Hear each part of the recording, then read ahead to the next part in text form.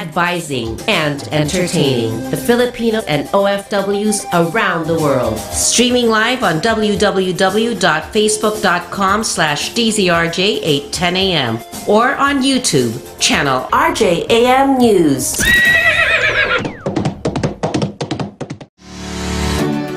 You can now listen to RJFM and DZRJ 810am from wherever you are. Just type in RJ 100.3 FM on TuneIn Radio, Streama, Radio Garden, and just type in RJFM for online box radio. For DZRJ 810am, just type in DZRJ 810am on TuneIn Radio, Streama, and Radio Garden. Happy listening!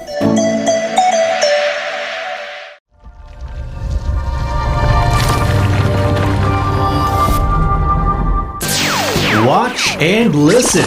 Kontra Birada every Tuesday from 5 p.m. to 6:30 p.m. Hosted by Attorney Mike Toledo and Attorney Karen Jimeno. This program will discuss the most important and fresh news and events and feature their guest, Attorney Salvador Sal Panelo. So catch Kontra Birada on Radio Bandido TV, Channel 224 Sky Cable, TV Plus boxes, GMA Afforda boxes, and all DTT boxes. Facebook/DZRJ 810 AM and YouTube channel RJAM News. Magandang umaga po sa inyo lahat. Ito po ang ating programa, Kontra Birada sa Radio Bandido and RJTV. Ako po si Atty. Mike Toledo at kasama po natin ang aking partner na alam mo naman ang partner na ko talagang usapan namin walang iwanan kami. Walang iba kundi si Atty. Karen Jimeno. Good morning, partner. Good morning. Hi. Good morning, Atty. Mike, at good morning din sa mga nakikinig sa atin. Of course, walang iwanan. I just came from another meeting but I wanted to make sure matapos siya before 11:30 so that we can be together. Thank you very much, partner. Kasi alam mo naman, nalulungkot ako pag hindi ka makadalo dahil unang-una, nawawalan tayo ng isang side ng mga perspective, no? Maganda yung mga pinapasok ng mga ideas, opinion, at maganda yung ating diskusyon. Pangalawa, nadideprive mo yung mga viewers natin pag hindi ka nakita sa TV or marinig sa radyo, di ba? Kaya talagang malaking bagay na nandiyan ka, partner. At, well, that's closer for you as well, for our female audiences. Alam mo, partner, di ba kahapon ang ating panauhin ay walang iba kundi yung spokesman ng COMELEC, si COMELEC James Jimenez, na nagbigay talaga ng very good explanation sa mga nangyayari ngayon sa COMELEC at sa kung ano mga gagawin nila, no? At lumabas na nga sa dyaryo na today will be the start of the printing of the ballots. At mag-print na sila ng, I think they'll be printing more or less mga 69 million ballots yata ipiprint nila. Siguro may sobra dyan, I don't know. Basta something like that. No? More than 60 million ballots will be printed. Ang una ipiprint yata nila, mga 1.8 million ay para sa overseas voters natin. At nagkaroon na rin sila ng run-through kahapon, pero virtual lang nga, sa National Printing Office. At sinabi ng isang COMELEC commissioner na mayroon silang bagong machines, no, for printing. Kaya gagaya na sinabi ni spokesman Jimenez, whatever disqualification cases, cancellation of COC cases are pending, this will not in any way delay the milestones that the COMELEC would have to do to ensure that there will be clean, honest, and orderly elections come May 9th. Yeah, and can you imagine, Attorney Mike, if they're going to print around like 69 million ballots, close to 70 million, we have about Feb, March, April, like 90 days left, and that includes delivering the ballots to the site. So, correct. Yeah, roughly 90 days, which means that they're going to be printing almost 1 million per day of ballots. And I'm sure that's less than 90 days talaga what they have left because they have to deliver the ballots to the several countries out there for the OFWs and then even to the provinces. So talagang laki nung trabaho ng pag-print and pag-distribute ng ballots. And if it doesn't get there on time, then mahihirapan silang to conduct the elections by the first week of May. So really big task. But also what this means, Attorney Mike, is that whoever has disqualification cases like BBM, his name will be part of the ballots in 2022, no matter what happens. Yung printing daw ng ballot partners will be from today up to April 21. They'll so be printing up to that date. And then as you correctly pointed out, siyempre after printing, kailangan mo i-distribute, no? So kaya yung logistical capability ng logistics company na napili would be very crucial in ensuring that these are the machines, the ballots, and all that are properly distributed to the different polling areas or polling precincts throughout the country. You're talking about in terms of provinces, no? We have what, 81 provinces, and how many congressional districts, how many cities, towns, and barangays. No? So marami-rami talaga yan. Yeah. I wonder, Attorney Mike, kung sino yung contractor nila for this, because COMELEC doesn't have the in-house manpower for the distribution, so there's always like a contract for distributing the ballots, and then for the machines, the vote counting machines. I know that for the vote counting machines there was already an award to a logistics company, I think F1 Logistics, but for the ballots, I'm not sure kung sino yon. But again, another implication pala for the printing of the ballots is that yung pinag-uusapan natin with Secretary Sal in terms of PDP's petition to extend the substitution period. That would mean whoever, let's say theoretically, if it prevails, kung sino man candidate yung gusto nila idagdag, hindi na masasama dun sa printed ballots, right? So another intricacy of the practical aspects of these elections. So mukhang mahihirapan din. Let's say kahit legally mapayagan yung extension, would that really be would it even be feasible to field a candidate considering hindi kasama yung ballot, diba?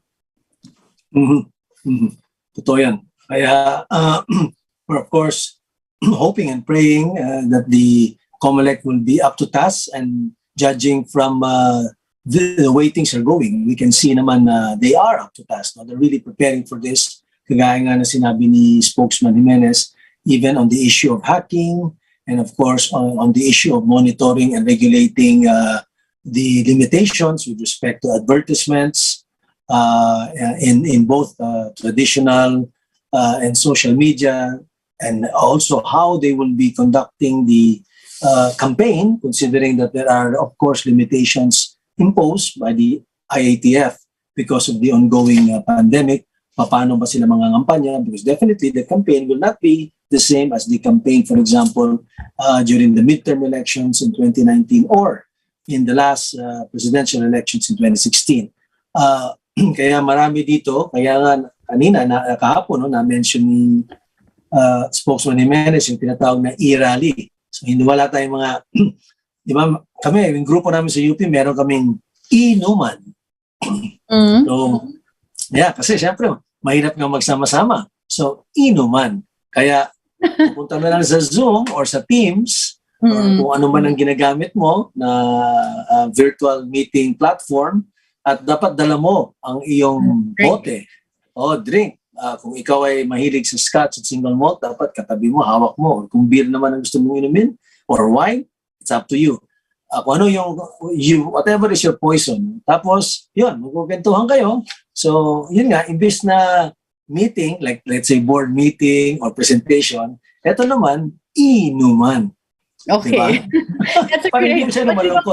But Attorney Mike, I went through the same thing when I was still studying in Berkeley nung pandemic, because around April, all our classes had to be shifted to online classes. And then I would get messages from my classmates saying, let's drink during this class. Like, usually pag mga after lunch na classes, they start sending messages to everyone that let's drink during this class. And of course, yung iba, ang ginagamit lang nila coffee mug or like regular glass, really drink some sort of alcohol during the class.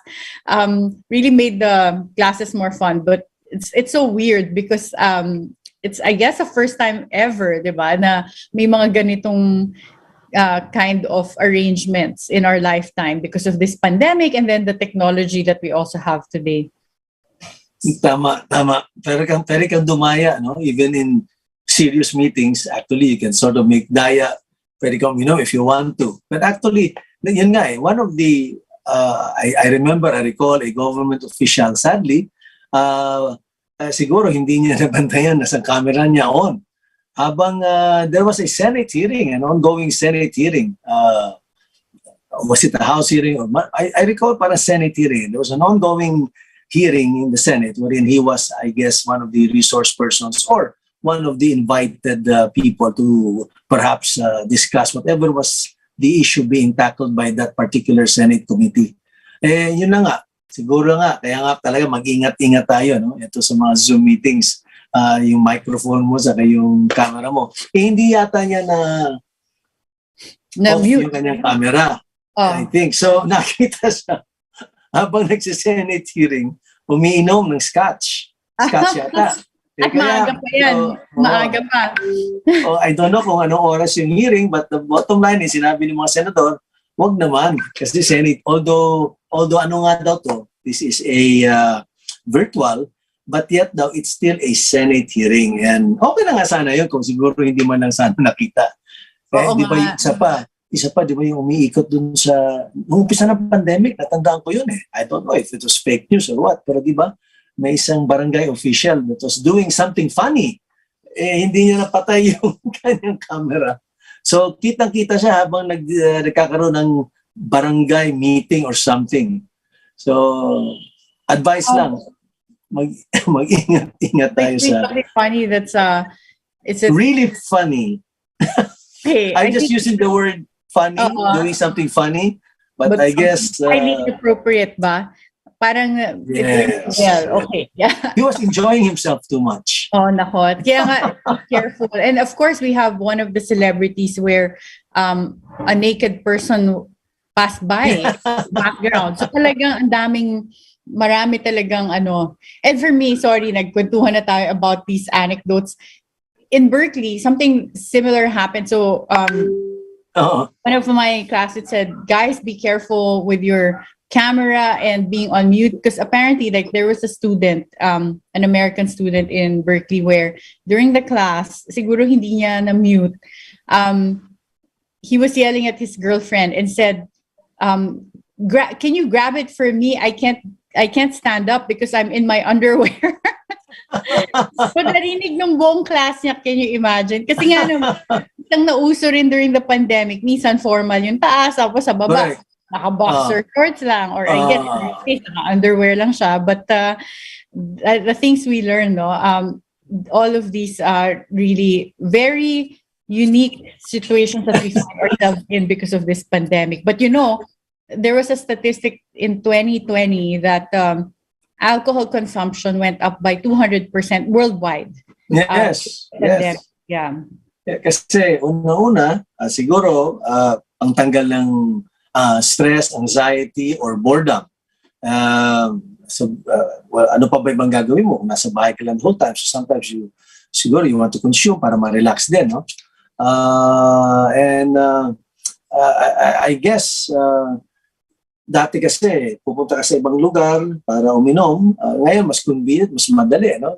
You're just at home and then you don't have to worry about drunk driving or getting home too intoxicated. Higa ka na sa bahay. Kaya talagang tumaas. In fact, the mga apps, yung Boozy, for example, if you want to order whatever is your poison, Boozy is one of the apps that was really doing very well, no? And they have a plethora, no? Marami silang choices ng mga gusto mo inumin, from wine to single malt to vodka to gin to tequila, beer, sake, soju, nandun lahat. Konya. Memorize ang ano ha, ikaw Kompleto. expert pala. You have apart from the law, you have a different another expertise in alcohol. But yung pala dapat meron tayo dito mga sponsors na alcohol brands. Oo, dapat, di ba? Kausapin natin ng SMC, Ginebra San Miguel. Oo. Or San Miguel. San Miguel, Yeah, di San ba? Miguel. Yeah. Oo. Attorney Mike, since we're on the topic of COVID, another big news today was the clarification issued by the Department of Labor dun sa no Yes. vaccination, no ride policy. And now they're Yes. saying that that rule doesn't apply to essential workers. So Correct. you're an essential worker, and essential workers is pretty broad. Hindi lang yan sa health sector. Like if you're working in the restaurant business, because it's considered an essential service, Yes. then you can ride public transport as long as may proof ka na nagtatrabaho ka sa isang essential service sector or essential industry. You are right. Kagaya ng nasabi natin kahapon, there has been some debate and discussions, and yun nga sinabi nila kahapon that magkakaroon ng the policy will remain except that there will be some tweaking, no? or clarification of certain provisions, and one of them, for example, nga, is that workers are exempted from the no vax, no ride policy. At ito'y minungkahi ulit ng ating masipag na Secretary of Labor na si Secretary Bebot Bello, no? In-explain niya mabuti na talagang yan ang polisiya. The workers are exempted. And I think there's an enumeration kung sino-sino mga ito. Hindi siya totally, hindi siya blanket prohibition. At clarify din niya na ang policy na no vax and hindi ka makakapasok, for example, hindi pwede yun. An employer cannot stop his employee even if he is not vaccinated. Kumbaga hindi siya matatanggal sa trabaho. Although, I guess he has to follow certain protocols, syempre. No? Hindi naman, again, hindi siya absolute, but at the end of the day, hindi rin naman siya pwedeng pabayaan na lang. Hindi lang siya matatanggal sa trabaho niya kung hindi siya magpapabakuna kasi yan ay labag sa batas at labag sa saligang batas. Yan ay klinaro. Pero alam mo, partner, kakasabi ng DOH na 97% na daw ng mga COVID cases na lumalabas ay Omicron na. Yeah, I saw that also. Particularly for NCR, that's the predominant variant talaga. But So I think in a way, that's good. Yeah, I was going to say, I don't know, I think that's good because even now, the 11 a.m. meeting I was in, there were a bunch of people, like a lawyer there and then a financial manager that just had COVID, but they said their symptoms were not severe. They had symptoms, pero hindi severe. So they're saying they probably got the Omicron variant because in contrast, I also know people this January who got COVID that were pretty severe, and ako naman, but they were also relatively young, not senior citizens, but their symptoms were still severe. So I guess like me, without really knowing the circumstances and other factors, I would venture a guess na magkaibang variant yun. Kasi both healthy individuals, but the other one suddenly more severe yung mga symptoms. So part of me thinks better kung maririnig natin na predominant variant ng Omicron because one, it apparently, or if we were to believe some of the preliminary research, it's supposed to give you immunity as well to the pre-variants. And yet, hindi naman severe. So that should be good in terms of us living with this pandemic. Tama ka doon at yun nga, yan din ay school of thought ng ilang-ilan, but at the same time tempered by the other school of thought na while that it may be true, we still have to really exercise the usual social and health protocols, and importante talaga at minention na naman ang ating head ng WHO which is based in Geneva, no, na sinabi niya na at the end of the day, we still encourage, of course, everybody to really get vaccinated. It is very important that the majority or a great majority of the world's population are vaccinated.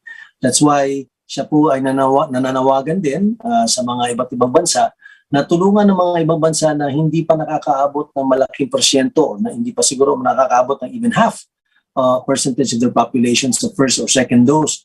What more the booster shot, no? Kasi nga, because of what we call the vaccine inequality, most of the more developed countries or the countries that are more economically mature and secure were able to hoard a lot of these vaccines. And unfortunately, for some countries, especially yung nasa Africa, ay kulang na kulang pa. Kaya ang sinasabi nila, hindi tayo pwede mag-iwan ng isa because you cannot leave anybody behind. Because if you leave anyone behind, you're actually leaving everyone behind. So, para tayo partner, no? Parang dapat walang iwanan. Dapat talaga lahat ay matulungan, mabigyan ng bakuna. Kasi pag mayroong hindi mabigyan ng bakuna, sila yung magkakaroon ng, sila magiging vehicle, no? Or host of possible new variants.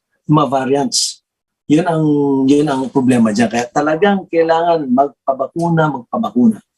Yeah, and I've been, in hindsight, I've been really impressed with the local government units in the Philippines because they've done an amazing job in vaccinating the population. So I give a lot of credit to them. Like kami, lahat ng mga in our office, lahat ng staff, all the way up to the drivers, lahat sila vaccinated, even our kasambahays at home. And so the local governments were pretty efficient in rolling out the vaccines. And now we've been getting booster shot as well. So I think it's more of yung mga nasa peripheries, like outside of the national capital region, yun yung kailangan ng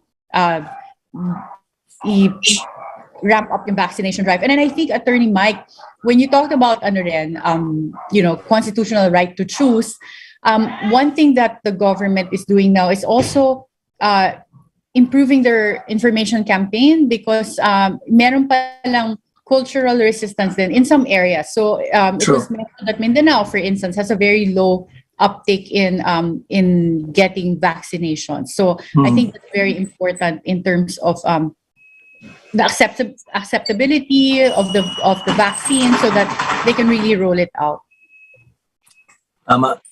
Sabi nga ni Secretary Duque in the recent meeting of the government pandemic task force, no, which was with President Duterte, that was last Monday, sabi ni Duque na karamihan ng mga regions dito sa atin, sa Pilipinas, are really at risk. Critical risk. Yun nga ang term na ginamit niya, critical risk. Ang maganda lang, sabi niya, the growth rate of the infection is slowing down. So, yun lang ang maganda doon. No? The growth rate is slowing down. Kaya nga siguro, ito na yung tinatawag nilang, hopefully yung tinatawag nilang herd immunity.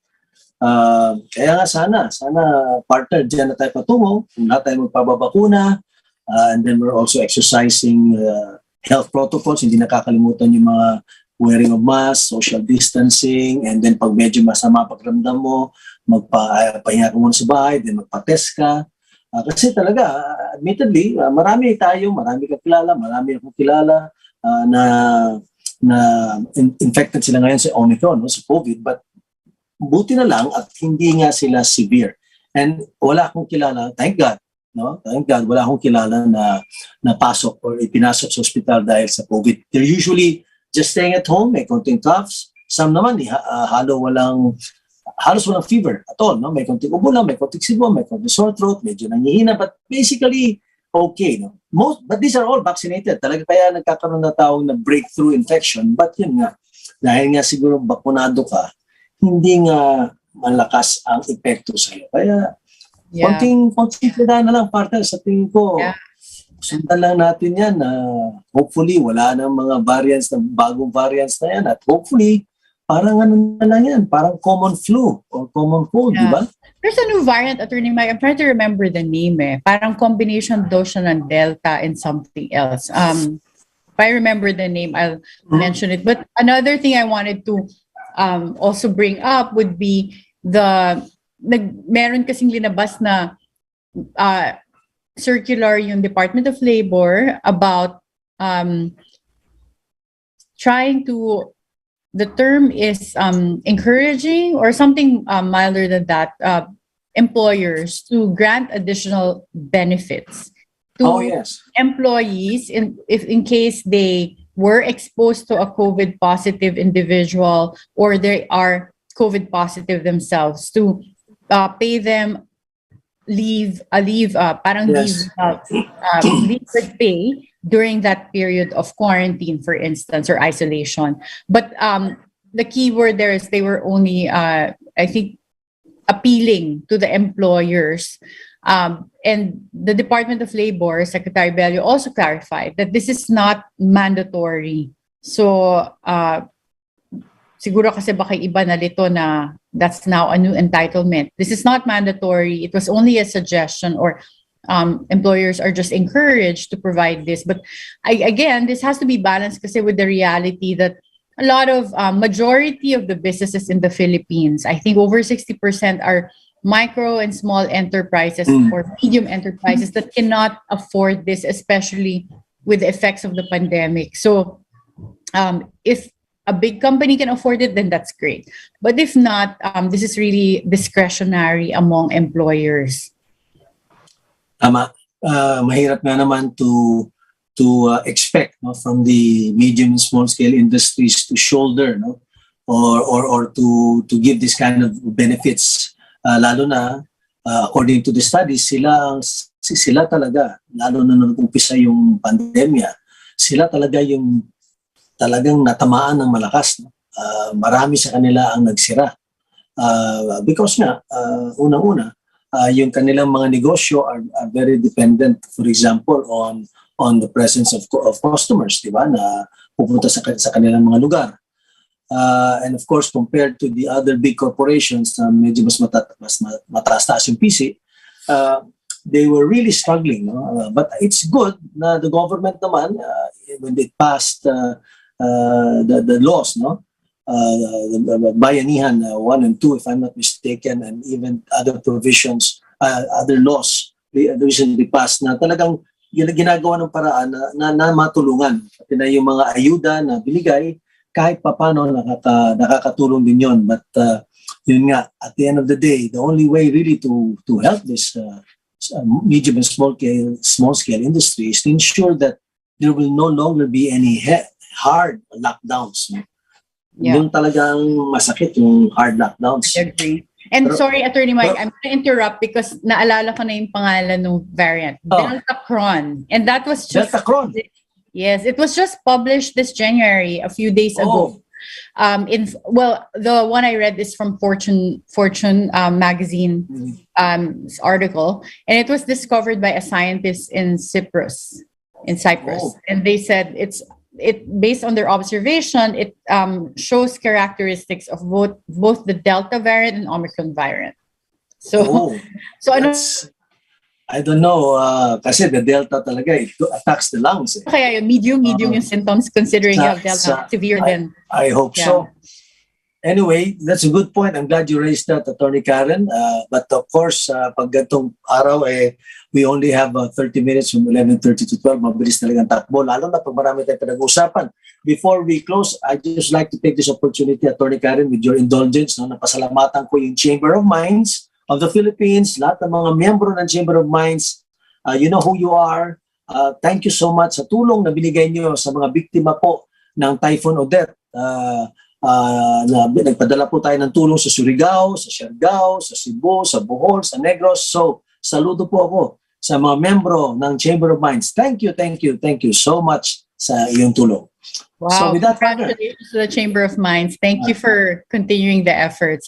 So, salamat. Thank you. Magpapaalam na rin ako. Thank you, Attorney Mike. Thank you to everyone listening to us. I'll let you give the final words, Attorney Mike. Thank you very much, partner. It's always good to see you, and I'll see you tomorrow. So, sa ating mga tagapakinig at nanonood, Maraming salamat po sa inyo lahat. Ako po si Atty. Mike Toledo at kasama natin po si Atty. Karen Jimeno. Wishing you all a happy lunch. Enjoy it and see you tomorrow. Bye-bye. Thank you. Bye-bye.